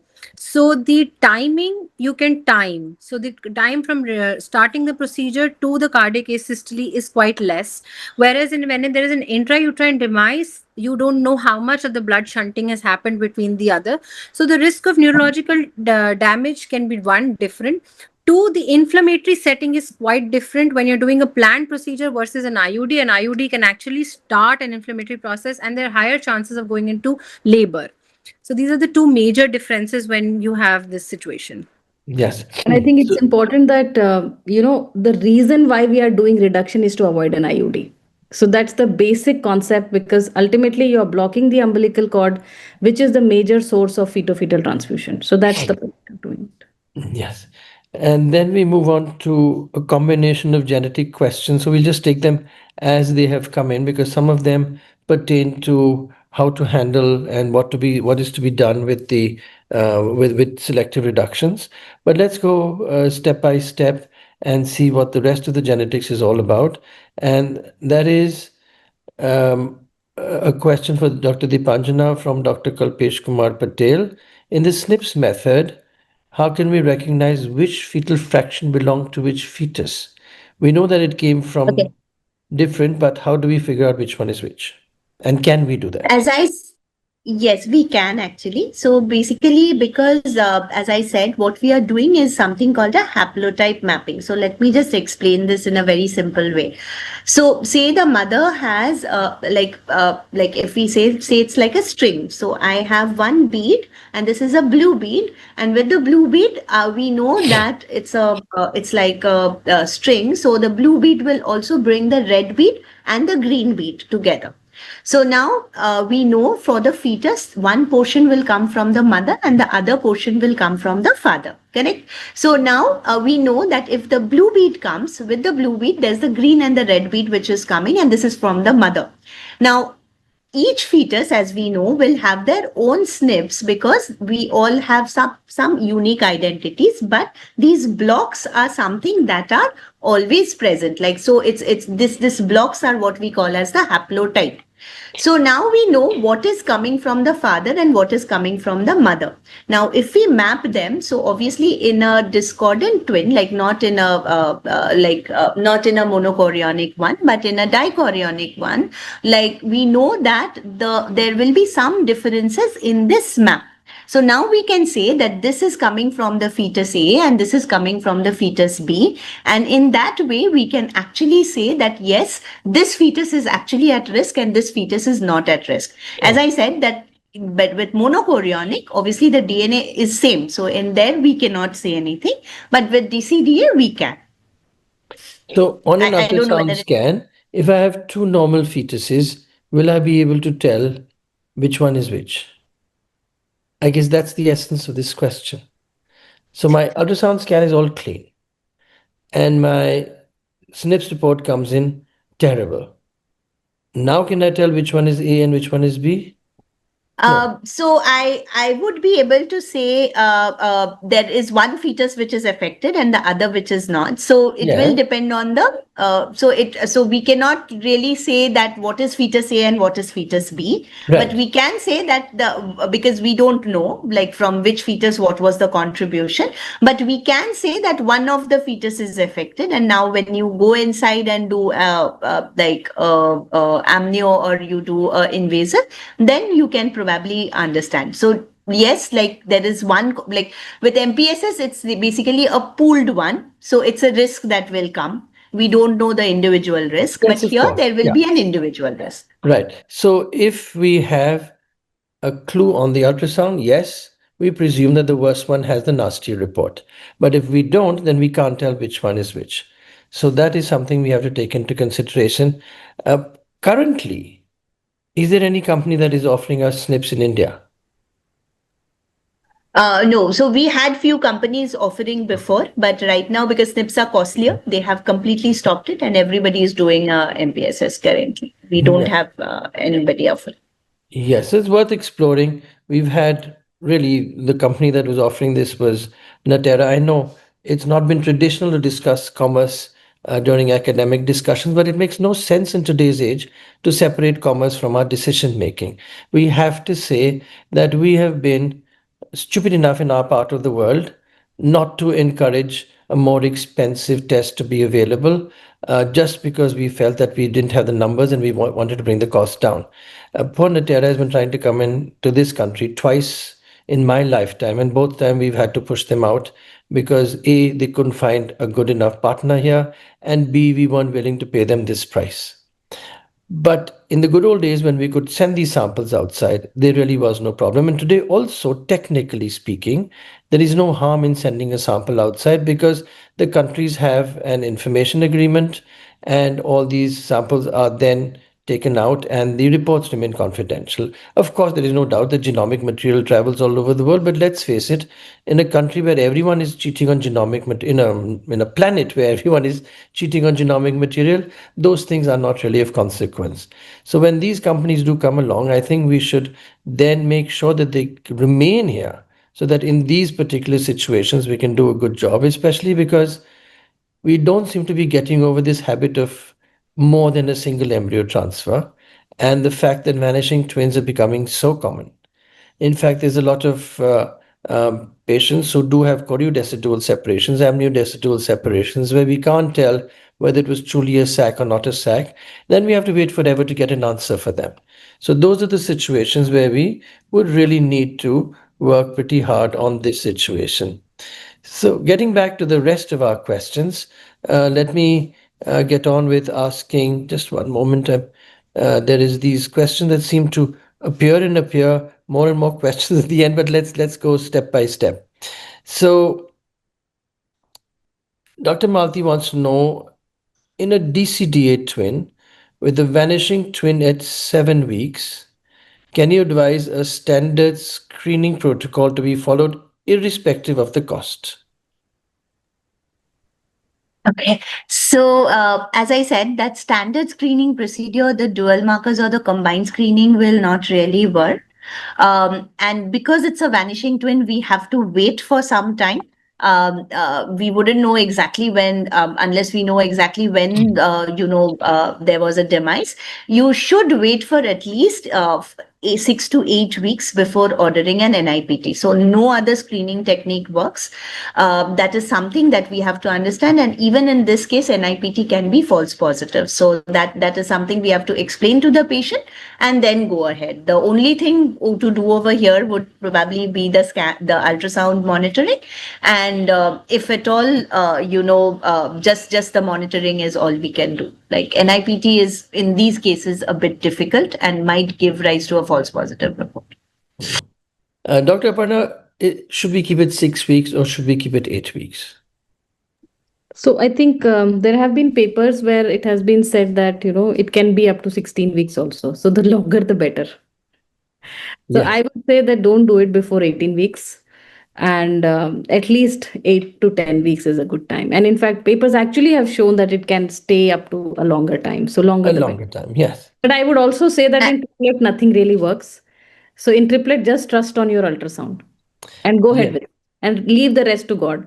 Try to reduce one of them, definitely. Yeah, and so that was the question. That was the next question. That when it comes to the triplet pregnancies, and you happen to have reduced one, then how do we handle all of this later on? And the fact is that you truly cannot depend on anything in this situation. So. And that gets rid of some of those earlier questions. And moving back to this whole list, the question now is that, so we had the TCT triplet and we did fetal reduction. Can we advise an IPT after 8 weeks? And the answer is no. In monochorionic and amniotic twins, Dr. Badi wants to know whether we should always use a SNPs NIPT. Dr. Go ahead. So should I take it? Yes, please. Yeah. So when we are looking at monochorionic, monoamniotic, even MPSS works. So because the DNA material is same, so we really don't need to worry about when we are doing that about whether it's MPSS or SNP. Everything works there. It has a very good output with both the methods. It's only in discordant or DCDA that we really need to think of the platform. Yes. And then a question from Dr. Preeti again for Dr. Dipanjana. Spontaneous versus IVF. Any difference in the risks in dichorionics and monochorionics? As far as the NIPT is concerned, and if we are doing a massive parallel sequencing, then no. But if you are doing a SNP method, we know that there can be some issues if you are doing looking at an IVF conception with a donor. Like if a self IVF is there, then there is again not that much of a problem. But with a donor, then yes, then again there might have been a problem because SNPs method will not really work very well in these cases. So yes, I hope that answers. Yes, it does. Then there is this question on by Dr. Jayesh Kumar. In the last case, the likely pathogenic variant was heterozygous, and he wants to know why to worry. Okay, so there are genetic disorders which are de novo, and where there are different sort of genetic disorders. So there are genetic disorders which are de novo, where even one change among the two alleles or the two combinations can cause a disease. So we know that Noonan syndrome is one such disease where even the change in one of the chromosomes, one of the alleles, if it is a sort of loss of function or if it is causing a huge effect on the protein, can cause a disease. Now, this was an established mutation with number of number of individuals reported.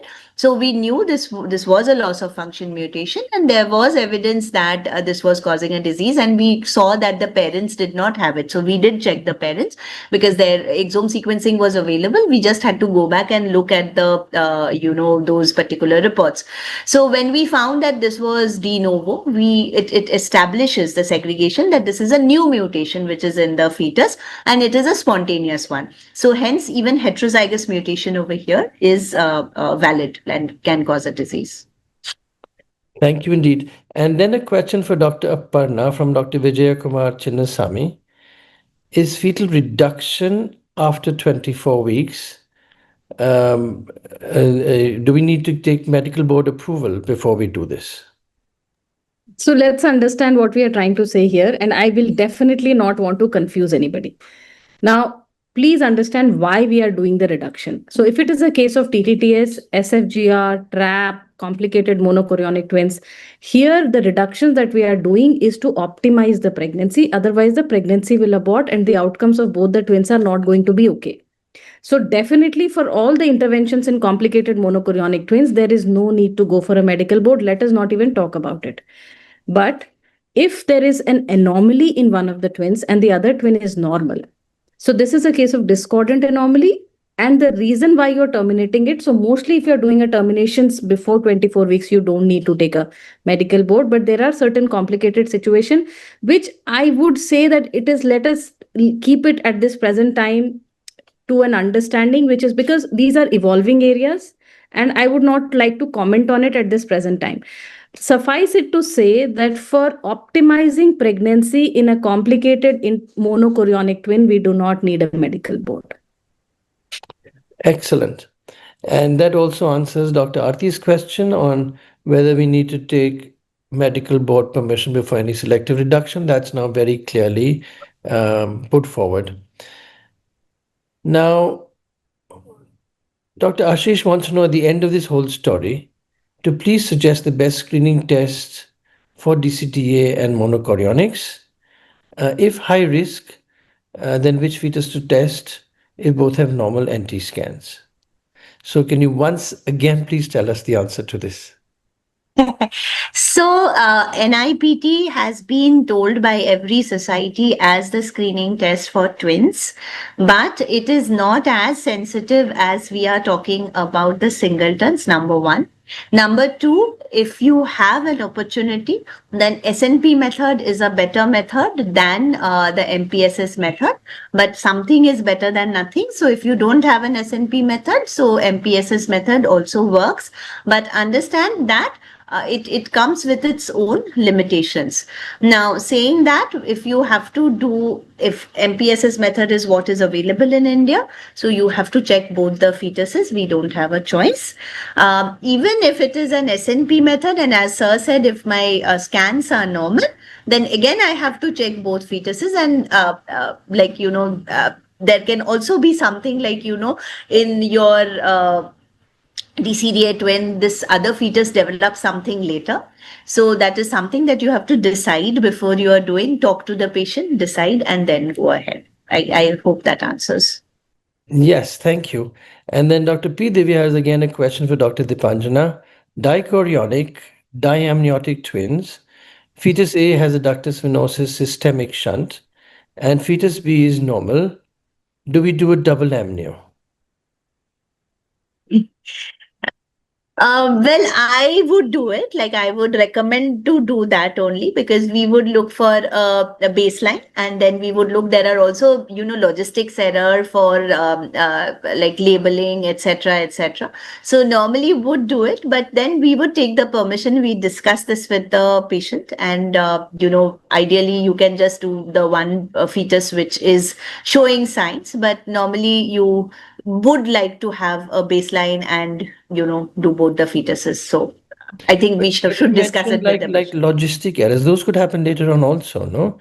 If you're making errors like that and you're not able to identify, certainly you could make that label even when the reports come in. So ideally, would you then actually sample both in case all the rules were being followed? If all the rules are being followed, no, I would just test the affected fetus and go ahead. Yes. Excellent. Thank you so much. And then there's a very interesting question from Dr. Tripti Aneja. Can you explain how a blastocyst D5 single embryo transfer can sometimes result in a monochorionic diamniotic twin pregnancy?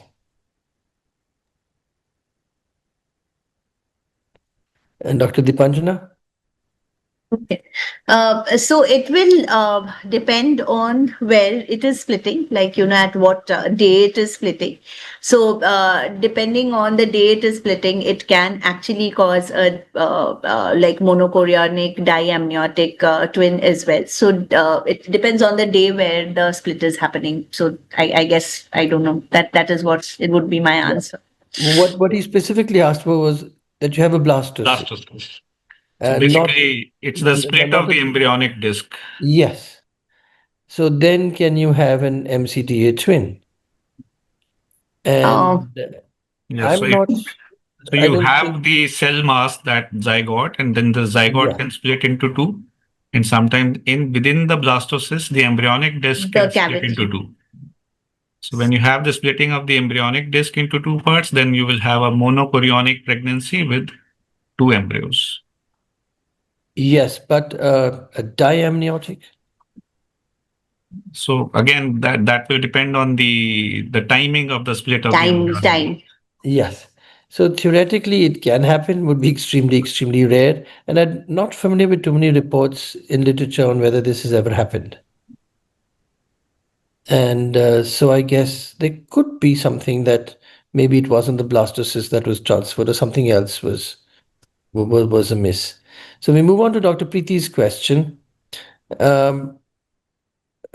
What to do an SNP based NIPT or amnio of a structurally normal fetus over the DCDA twin with one fetus having a neural tube defect?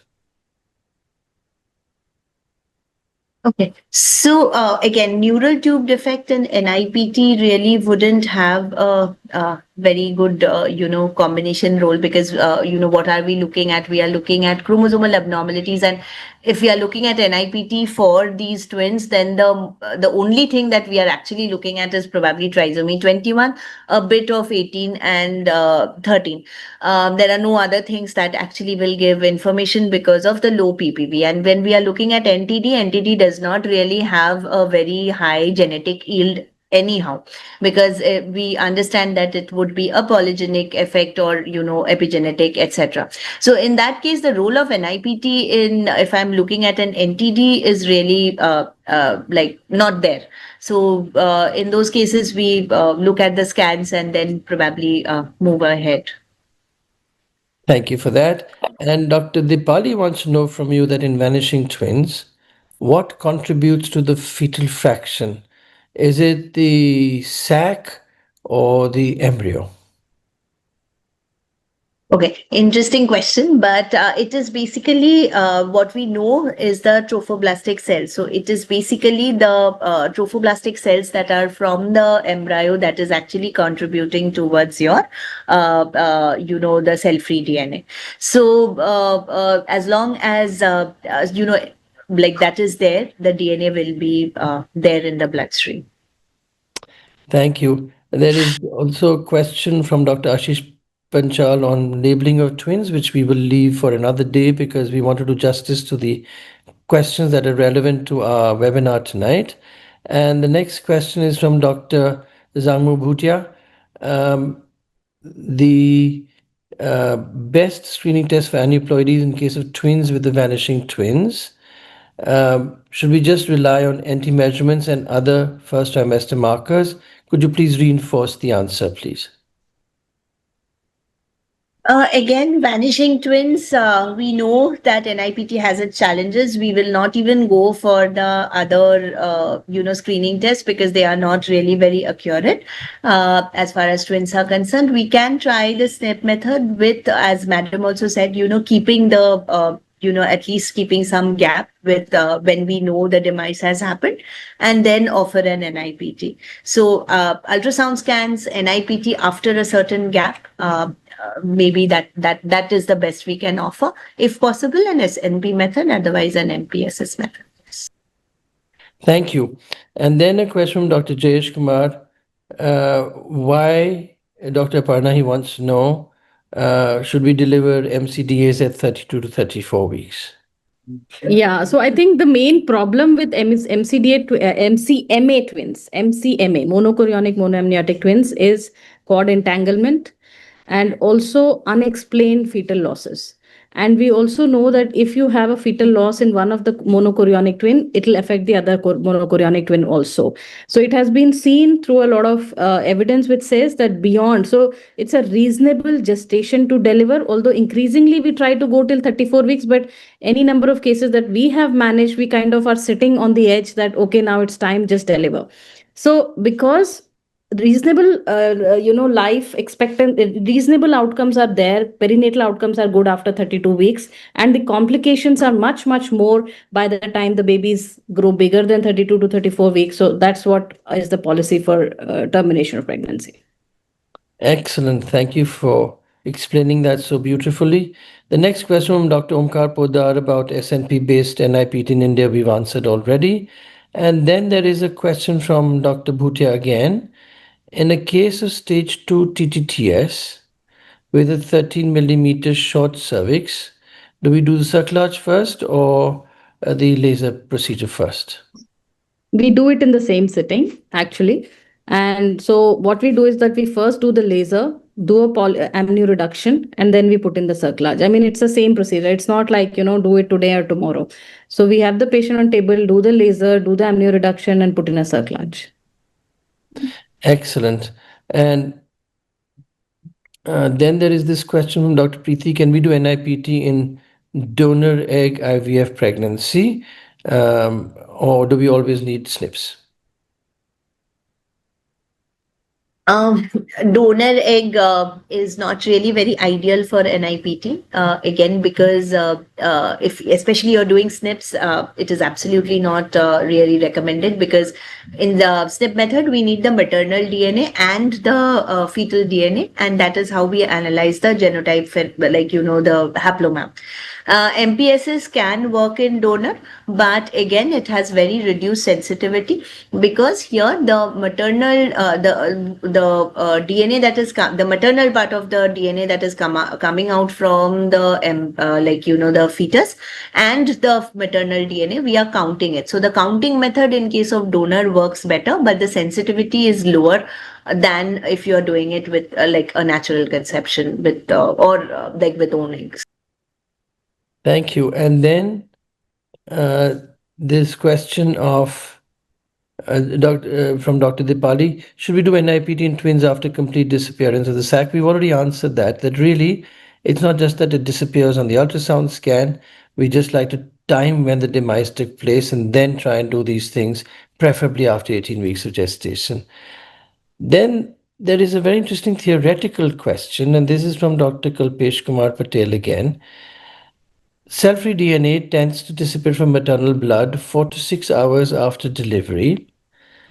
Then what is the theory of disappearance of cell-free DNA in maternal blood in case of vanishing twins? Do we have any answers for this? The placenta is out after delivery. Precisely, yes. And therefore, we're quite happy not to see any of it. Then there is Dr. Sarita's question. If parents opt for one fetal reduction in twin pregnancy, when is the best time? Depends on the reason that you're doing it. But if they're only doing it for the sake of the fact that they don't want twins? 12 weeks. And would you ever do it before 12 weeks, such as 8 or 9 or 10? We don't do it. I mean, earlier there is a lot of reports of embryonic reductions where they would actually do a suction of the sac, transvaginal procedures. And in fact, if you look at older papers, they have compared embryonic reductions with later reductions. And while it is a good method, but why we don't do it is we don't know which is a better one. Sometimes you might actually find that NT is abnormal. There's some problem with one of the babies. So at least that becomes, rather than just becoming a multifetal reduction, it becomes a selective reduction. And that's what is important, to choose which one you want to reduce, although try not to reduce. Excellent. And then this question of from Dr. Sindhu Nadella, in a dichorionic, diamniotic twin pregnancy, if one of the twins shows an increased NT or a structural abnormality at the time of the NT scan, is a CVS indicated, or should we wait until the amnio window? I will wait for the amnio to go ahead with the test, but I don't know, Aparna ma'am or Anubhuti ma'am might have different perceptions. Let's Yeah, find out their answers. Yes. Anubhuti. I will look at the placenta, I will label them. Sir, if I have two different placentas, label Hmm. 1 and B and accessible, I would go with this early diagnosis. I Okay. agree. I mean, And Dr. Aparna, your guidance on this? yeah, I think I agree. If it's a two different placenta, I do not have a problem. Even if it's like, and I also would see the anxiety of the couple. I feel that, procedurally, there is no difference in terms of the pregnancy losses or something Yes. like that. So if you're sure that you're sampling two different placentas, so even if it's a single placenta, I sample both ends. So Yes. that's okay. But so if it's a different placenta, no problem. Procedurally, no problem. As long as you can make out that you're sampling two different babies. Then you're happy. Yes. And we'll now take the last two questions. I'm afraid we won't be able to take anything more than that. This is from Dr. Prerna, 23 weeks, DCDA, one fetus with an SS pattern on HPB gene sequencing, and another AA pattern. Can the affected one be reduced at 23 weeks? Dr. Dipanjana. Sorry, sir, can you please repeat the question? So it's a 23 weeks DCDA, one Yeah. fetus with an SS pattern on the HBB gene sequencing, and the Okay. other is an AA pattern. So can the affected one be reduced at 23 weeks? I I think so. Like if like AA pattern, I didn't quite get the AA pattern. Like, do you mean to say that that fetus is normal? Like, what is the like Yes, HPLC profile? Yeah. All that's right. right. Yeah. So yeah, if you see one fetus has a sickle cell disease and the other one is normal, I think you can go ahead with the reduction. Yes. Thank you so much. And the last question is that in twins, the PGTA and M is normal. Should we do NIPT for screening? So when you have already done a PGTA, that is already a sort of a screening test which you have done. So as per the guidelines, you are not supposed to do any other screening test, but normally what the protocol of a PGTA is, though in twins it makes it a bit complicated, but the protocol of a PGTA or any PGTA is that you have to do a amniocentesis to confirm, because there can be post-zygotic mutations that can happen, or there can be mosaicisms that can happen. So that is why it is mandatory, because even a PGT is the screening test. We don't do another screening test. There's no need, but we do amniocentesis in these cases, and it has to be an amniocentesis. Yeah, because then for the PGTA, it's understandable. You could do a singleton and an anomaly evaluation. But when it comes to anything else and a monogene, then obviously there is no question of doing that, and there is no NIPT involved there. But very, very clearly that every single lab who carries out these procedures clearly indicates that a sampling is still indicated. Patients, of course, then ask, then why did we do it? Well, the point is that yes, apart from sampling errors, there can be other situations like you just mentioned, and that is the protocol because of the fact that this is the way science works at the moment, and there are no guarantees on that. So that they want to be absolutely sure that they don't have that disease, there is a definite justification. And I think that brings us to the end of a fantastic webinar with really, really fantastic speakers. And thank you so much for making it so lucid. Every time I look at this and I look at how lucid and lucent these things are, I start wondering whether we need more time and perhaps one topic for a longer time. But I believe from people who handle education that we're not able to concentrate on a topic beyond a point. And most of us by now have an ADHD anyway. So I think we will still have to do this and then perhaps give even smaller topics than this and go deeply into these. And I would leave it to the younger generation to decide on how deep we want to delve each time. And when we have our brainstorming session over the coming weekend, and this is for the information of members who don't know, we have a brainstorming session for SFM every year, and the entire Central Executive Committee and all the presidents and all the secretaries get together for this. We do still answer directions, and we say, okay, this is the direction we will take. So we still have a couple of days for you to send in your suggestions. Do send them to the president and secretary of your regional chapter, and we do hope to consider them when we meet for our brainstorming. And now back to Alok for our final words. But before that, Dr. Parna Sharma, how do you think we can enforce legislation in situations to have only a single embryo transfer? No, I think, sir, that's an enigma. But yes, I think it has to be enforced. And like UK has a single embryo transfer rule, except when you are an older person or something like that.